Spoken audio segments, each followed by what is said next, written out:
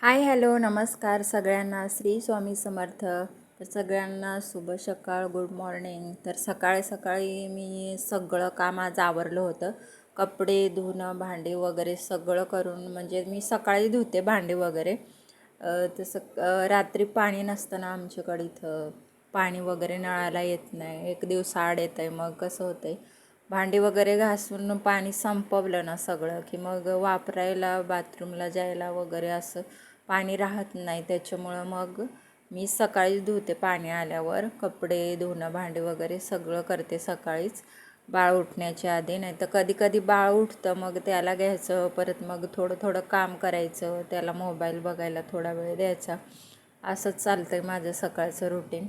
तर यांना कधी कधी तर चहा द्यायला पण होत नाही, कारण खूप माझं काम पडून राहिलेलं असतं, कपडे धुवायचे राहिलेले असतात। एक एक दिवस आड पाणी येतं, मग ते एक दिवस काय तिकडं पण पाणी राहत नाही। आता कधी कधी बाथरूममध्ये पण त्यांच्या पाणी येत नाही, मग तिकडं पाणी कुठून आणायचं? मग कपडे पण तसंच ठेवते, कारण मग खर्चायला पाणी राहत नाही ना। त्याच्यामुळं मग जर कपडे वगैरे धुले ना, तर मग सकाळी सगळं तर असं आहे, पाण्याची खूप मोठी समस्या आहे आम्हाला। तर आता टाकी घ्यायची म्हणते मी, टाकी घेऊन एकदाच म्हणजे महिनाभर तरी जाईल त्या टाकीवर, असं मोठी टाकी घेतली पाहिजे, कारण पाण्याचा खूप तुटवडा पडतो आणि मग कपडे बिपडे ते सगळं तसंच राहून जातं। आणि बाथरूम वगैरे ते रोज दिवस मोरी बाथरूम वगैरे ते मला धुवायला लागतं। एक दिवस जरी नाही धुलं ना तर लगेच वास मारायला लागतं, त्याच्यामुळे ते म्हणजे धुवायला लागतं सतत सतत, नाहीतर ते खराब होतं। इथं एकदम खाली आहे आणि ते ओलं सारखं सारखं राहते त्या बाथरूमच्या तिथं, त्याच्यामुळे ते स्वच्छ करून ठेवायला लागतं दररोज। आणि इथं मी आता सकाळी म्हणजे चिमू झोपली आहे, चकली झोपली, तो वरपर्यंत तिला डाळ भात लावून ठेवलं पाहिजे, म्हणजे झालं ना की लगेच तिला खायला दिलं पाहिजे। मग लगेच तिला भूक लागते उठल्या उठल्या, मग तिला आधी मी थोडा वेळ पाणी वगैरे पाजते आणि थोडा वेळ फिरवून झाल्यावर इकडं तिकडं लगेच तिला खाऊ घालते थोड्या वेळानं। लगेच उठल्या उठल्या देत नाही, म्हणजे थोडंसं तिला पण हे झालं, इकडं तिकडं फिरवते थोडा वेळ आणि त्याच्यानंतर खायला देते। तर जिथूनपासून ती आजारी होती ना, तिथूनपासून तिची तब्येत लयच कमी झाली। आणि बाकीच्यांना वाटत असतं की म्हणजे बाळाकडे लक्ष देत नाही, खायला वगैरे त्याला चांगलं घालत नाही, असं वाटतं बाकीच्यांना, पण तसं काहीच नाही। आम्ही भरपूर काळजी घेतो त्याची, चांगली घेतो। आणि टायमानुसार मी त्याला खायला, जेवायला फळं वगैरे देत असते टायमाला, थोड्या थोड्या वेळानं। पण कसं आहे, बाकीच्यांची तब्येत होतच नाही, किती पण त्यांना चांगलं खायला घातलं का चांगली काळजी घेतली तरी पण बाकीच्यांची तब्येत होतच नाही, असं असतं। असंच आमच्या बाळाचं पण आहे, आम्ही किती काळजी घेतो त्याची, टायमाला जेवायला देतो, परत फ्रूट्स वगैरे, ज्यूस वगैरे मी करून देत असते।